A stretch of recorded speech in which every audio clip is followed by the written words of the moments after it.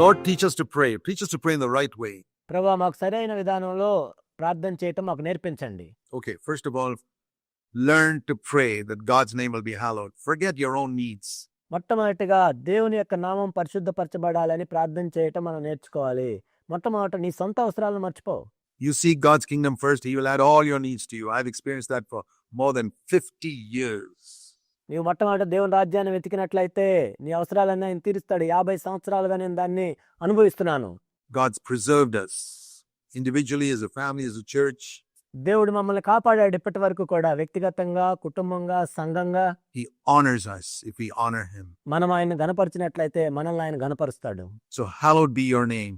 Lord, that must be the burden of my heart. నీ నామము గణపరచబడును గాక, నా హృదయంలో ఉన్న ఒక భారం అది. Your kingdom must come in your church. Your will must be done on earth. Those are the first 3 requests He taught us to pray. నీ సంఘములో మీ రాజ్యం రావాలి, ఈ భూమి మీద మీ చిత్తం జరగాలి. మొట్టమొదటి 3 విన్నపములు మనం ఆ విధంగా ప్రార్థన చేయాలని ప్రభు నేర్పించారు. And then we can pray for our needs. ఆ తర్వాత మన అవసరాల గురించి మనం ప్రార్థన చేయొచ్చు. But then he goes on in verse 5. Remember, keep in mind always, we are praying for the Holy Spirit. ఆ తర్వాత 5వ వచనంలో ఆయన ప్రార్థన గురించి ఇంకా చెప్తూ ఉన్నారు. మీరు జ్ఞాపకం ఉంచుకోండి, మనం పరిశుద్ధాత్మ గురించి ఏ విధంగా అడగాలో ప్రార్థన చేయాలో మనం చూస్తూ ఉన్నాం. Supposing one of you have a friend and you go to him at midnight. You see, that's your neighbor. 5వ వచనంలో మీరు చూసినట్లయితే, మీలో ఎవరికైనా ఒక స్నేహితుడు ఉండగా అతడు అర్ధరాత్రి వేళ ఆ స్నేహితుని దగ్గరికి వెళ్ళి. Why do you go to him at midnight? Because, verse 6, another friend of mine came to my house. ఎందుకు ఆ స్నేహితుని దగ్గరికి వెళ్ళాలంటే, ఇక్కడ 6వ వచనంలో మనం చూసినట్లయితే, నా స్నేహితుడు నా ఇంటికి వచ్చేటప్పుడు. Someone comes to your house at midnight. మీ ఇంటికి ఎవరైనా అర్ధరాత్రి ఒకరు వచ్చినట్లయితే, and you don't have any food in your home. The fridge is empty. మీ ఇంట్లో ఆహారం లేదు, ఫ్రిడ్జ్ అంతా ఖాళీగా ఉంది. There's no food because you didn't expect him to come. ఎటువంటి ఆహారం లేదు, ఎందుకంటే అతను వస్తాడని నీకు తెలియదు. You don't want to ask him, have you eaten? నువ్వు ఆయన్ని అడగాల్సిన అవసరం లేదు, మీరు తిన్నారా అని. Because if he says no, you're stuck. You don't have anything. ఒకవేళ తినలేదు అంటే పెట్టడానికి మీ దగ్గర కూడా ఏమీ లేదు. But this guy was so concerned. I mean, if that was your son or daughter, you would ask him, have you eaten? కానీ ఈ వ్యక్తి అయితే ఎంతో పట్టింపు కలిగి ఉన్నాడు. నీ సొంత కుమారుడు కుమార్తె అయితే అడుగుతావు కదా, మీరు తిన్నారా అని. And he was concerned for a stranger. And he says, no, I haven't eaten. ఒక అతిథి పట్ల ఈయన ఎంతో పట్టింపు కలిగి ఉన్నాడు. మీరు తిన్నారా అని అడిగినప్పుడు నేను తినలేదన్నాడు. Well, I'm going to get something. I don't have anything in the house. సరే, మా ఇంట్లో అయితే ఏమీ లేదు, నీ కోసం ఏమైనా తీసుకొని వస్తానని వెళ్ళాడు. But I'll go and ask my neighbor. So he goes to his neighbor's house, and it says here, he knocks at his door at midnight. సరే, నా పొరుగు వాని దగ్గరికి వెళ్తాను, అక్కడికి వెళ్ళి ఏమైనా ఉంటే తీసుకొస్తాను అన్నాడు. అక్కడికి వెళ్ళాడు, తలుపు కొడుతూ ఉన్నాడు. And listen to this. First of all, how many of you would go to your neighbor's house? And just think of it practically. కాబట్టి మీరు ప్రాక్టికల్ గా ఆలోచించినట్లయితే అసలు ఎంతమంది మీరు పొరుగు వాని ఇంటికి వెళ్తారు ఆ సమయంలో? Even if he's a good friend of yours, to wake him up at midnight, say, hey, I want some bread for my friend who's come. నీ పొరుగు వాడు నీకు ఎంత మంచి స్నేహితుడు అయినప్పటికీ, నా స్నేహితుడు వచ్చాడు, బ్రెడ్ ఉంటే ఇవ్వమని ఎంతమంది అడుగుతాం మనం? I think most of us would tell this friend, hey, let's just pray, drink a glass of water, man. In the morning we'll eat something. మనలో చాలా మంది ఏం చేస్తామంటే, సరే ప్రార్థన చేసుకుందాం, ఒక గ్లాసు నీళ్లు తాగు, ఉదయం చూసుకుందాంలే అనుకుంటాం. But he was so concerned. Remember this. What are we driving at? How to pray for the Holy Spirit, okay?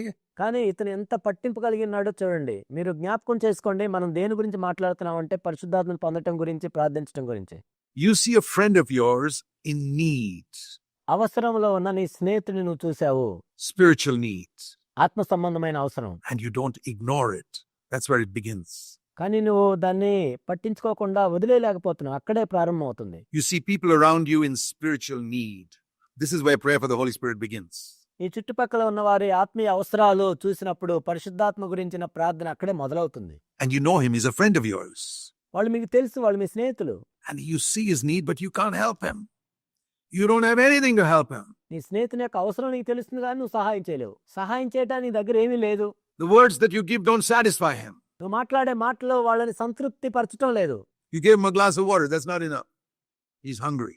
ఏదో గ్లాసు మంచినీళ్ళు ఇచ్చావు కానీ అది సరిపోదు, ఇంకా వాళ్ళు ఆకలి కొని ఉన్నారు. Such a person will begin to seek God. అలాంటి వ్యక్తి దేవుని దగ్గరికి వెళ్ళి వెతుకుతాడు. And how will he seek God? He goes to his friend. His friend is God now.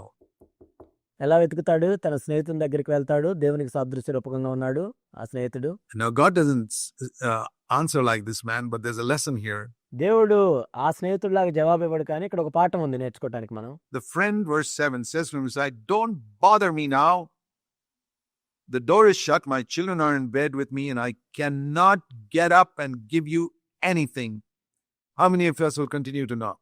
ఆ స్నేహితుడు ఏమన్నా అంటే, నన్ను తొందర పెట్టవద్దు, తలుపు వేసి ఉన్నది, నా చిన్నపిల్లలు నాతో కూడా పండుకొని ఉన్నారు, నేను లేచి ఇయ్యలేను. అయినా కానీ మీలో ఎంతమంది తలుపు తడుతూ ఉంటారు? Unashamedly, keeping on knocking, and somebody who says, "Get away, man, don't disturb me."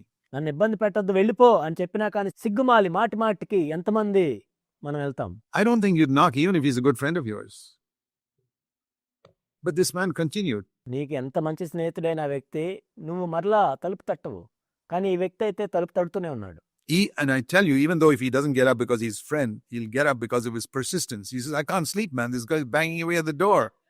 అతడు తన స్నేహితుడైనందున లేచి ఇయ్యకపోయిన్ను, అతడు సిగ్గుమాలి మాటిమాటికి అడుగుట వలన లేచి అతనికి కావలసినవన్నీ ఇచ్చును. So he gets up and gives him. కాబట్టి అతడు లేచి ఇస్తాడు. How much does he give? Listen to this. This is a beautiful expression of seeking for the fullness of the Spirit. చూడండి అతను ఎంత ఇచ్చాడు. పరిశుద్ధాత్మ నింపుదల గురించి మనం ప్రార్థిస్తున్నప్పుడు మనం చూడవలసిన ఎంత అద్భుతమైన మాట ఇది. He will give him, verse 8, as much as he needs. 8వ వచనంలో అతను లేచి అతనికి కావాల్సినవన్నీ ఇచ్చును. Wow. Lord, here are some people who are needy. ప్రభువా, ఇక్కడ కొంతమంది ఎంత అవసరంలో ఉన్నారు. I don't have what it takes. How much will you give me? వాళ్ళకి అవసరమైనవి ఇవ్వటానికి నా దగ్గర లేదు.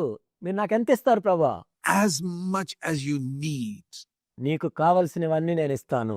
I want to tell you my honest testimony. నేను యథార్థమైన నా సాక్ష్యాన్ని మీకు చెప్తున్నాను. I proved this in 50 years of preaching. 50 సంవత్సరాల నుంచి నేను బోధించటం ద్వారా దీన్ని రుజువు చేశాను. To people, very often, I don't know most of them. I say, "Lord, what is their need? You know."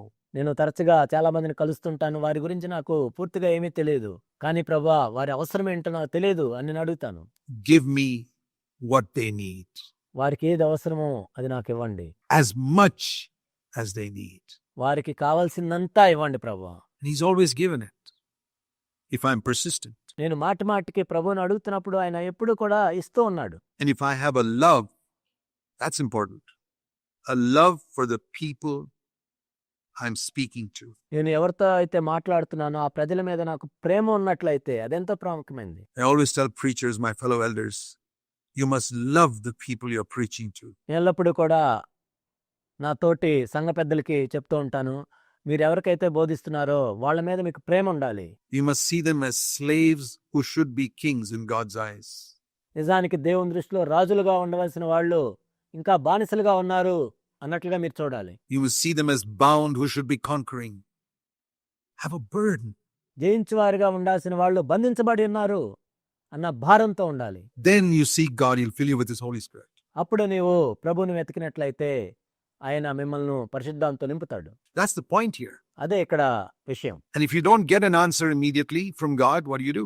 Persistence. దేవుని దగ్గర నుంచి వెంటనే జవాబు రానట్లయితే ఏం చేయాలి? మాటి మాటికి వెళ్ళాలి. Lord, I'm not going to give up. I didn't get it yet. ప్రభువా, నేను విడిచిపెట్టను, నేను ఇంకా పొందలేదు. I'm not going to give up. ప్రభువా, నేను విడిచిపెట్టను. Verse 9, and I say to you, ask in this way. 9వ వచనంలో అటువలే మీరును అడుగుడి. And it'll be given you. That's the meaning. మీకు ఇయ్యబడును. ఇదే దాని అర్థం.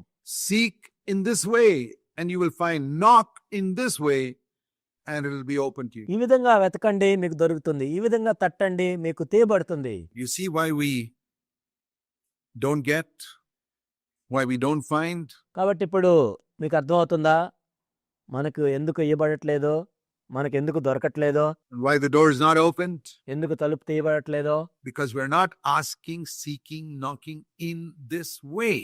ఎందుకంటే ఈ విధంగా మనం అడగట్లేదు, ఈ విధంగా వెతకట్లేదు, ఈ విధంగా తట్టట్లేదు. Then he uses another example. One is persistence. We've understood the parable of persistence. ఆ తర్వాత ఆయన మరొక ఉదాహరణ వాడుతున్నారు. ఒకటేంటంటే మాటికి ప్రభు దగ్గరికి వెళ్ళటం. Now here is another parable which is speaking about faith. You need persistence and you need faith.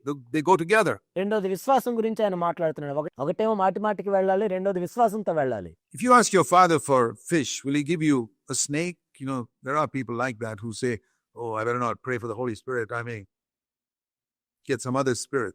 మీలో తండ్రి అయిన వాడు తన కుమారుడు చేపను అడిగితే చేపకు ప్రతిగా పామునిచ్చున.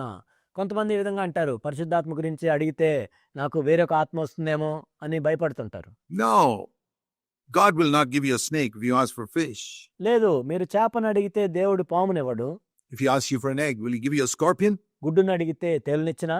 If you being evil, now from that I get, and give good gifts to your children, how much more shall your heavenly Father give the Holy Spirit to those who ask him like this? కాబట్టి మీరు చెడ్డవారైండి మీ పిల్లలకు మంచి ఈవులని అని ఎరిగి ఉండగా పరలోకమందున్న మీ తండ్రి తన్ను అడుగు వారికి పరిశుద్ధాత్మని ఎంతో నిశ్చయముగా అనుగ్రహించును. What I get from that verse is that the best earthly father, think of the best earthly father in the world, ఈ వచనం నుండి నాకు అర్థమైంది ఏంటంటే, ఈ భూమి మీద ఉన్న శ్రేష్టమైన తండ్రి గురించి మీరు ఆలోచించినట్లయితే he is evil compared to God. It's like saying the light of the star is darkness compared to the light of the sun. That's why you can't see the stars right now. దేవునితో పోల్చి చూసినట్లయితే ఆ తండ్రి ఎంతో చెడ్డవాడు. ఇది ఎలా ఉంటుందంటే, ఒక నక్షత్రం యొక్క వెలుగు సూర్యుని వెలుగుతో పోల్చి చూసినట్లయితే అది అంధకారం వలె ఉంటుంది. అందుకే మనకి సూర్యుని వెలుగులో నక్షత్రాలు కనపడవు. They're there, but you can't see it because it's almost like darkness compared to the light of the sun. In other words, అక్కడ నక్షత్రాలు ఉన్నాయి కానీ మనకు కనపడవు. ఎందుకంటే సూర్యుని వెలుగుతో పోల్చి చూసినట్లయితే నక్షత్రాల వెలుగు అనేది ఒక అంధకారం వంటిది. the best earthly father's light and love is like the light of a star. శ్రేష్టమైన తండ్రి యొక్క ప్రేమ కానీ వెలుగు కానీ నక్షత్ర వెలుగు వలె ఉంటుంది compared to the love of God, which is like the sun. దేవుని యొక్క ప్రేమ సూర్యుని వెలుగు వంటిది. If I can believe that, that's faith. నేను దాన్ని నమ్మినట్లయితే అదే విశ్వాసం. If my earthly father will not deny me, the best earthly father will not deny his child what he needs. నా భూసంబంధమైన తండ్రి నేను అడిగిన దాన్ని కాదనడు. ఈ భూసంబంధమైన శ్రేష్టమైన తండ్రి ఒక బిడ్డకు అవసరమైన దాన్ని కాదండు. He's not asking for an elephant or a railway train or something. He's asking for bread. ఆ చిన్న బిడ్డ ఏనుగు కావాలనో లేకపోతే ఒక రైలు కావాలని అడగట్లేదు, కానీ రొట్టె గురించి అడుగుతున్నాడు. He's asking for that which he needs. తనకు అవసరమైన దాని గురించి అడుగుతున్నాడు. And if he will not deny it, how will my heavenly Father deny the fullness of the Holy Spirit to those who ask him? ఆ భూసంబంధమైన తండ్రే కాదనలేడు. మరి నా పరలోకపు తండ్రి పరిశుద్ధాత్మ ఎంతో అవసరమైంది కాబట్టి తన్ను అడుగు వారందరికీ కూడా ఆయన అనుగ్రహిస్తాడు. So it's persistence and faith. కాబట్టి మాటి మాటికి అడగటము, ఇంకోటి విశ్వాసంతో అడగటం. Thirst, which leads to persistence, దప్పిక అనేది ఆ మాటి మాటికి అడిగేటట్లు చేస్తుంది, and faith. మరియు విశ్వాసం.